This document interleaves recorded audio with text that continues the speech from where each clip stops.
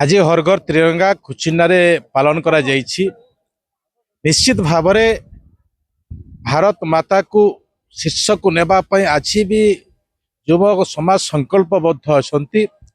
जहाँकि यशस्वी प्रधानमंत्री हर घर तिरंगा 2021 मसीह आरंभ करथिले एवं 2021 मसीहा आरंभ कला भितरे आज लोक मान को ए प्रकार भावना गाँ को ए प्रकार भावना तलस्तर पर्यंत पहुंची।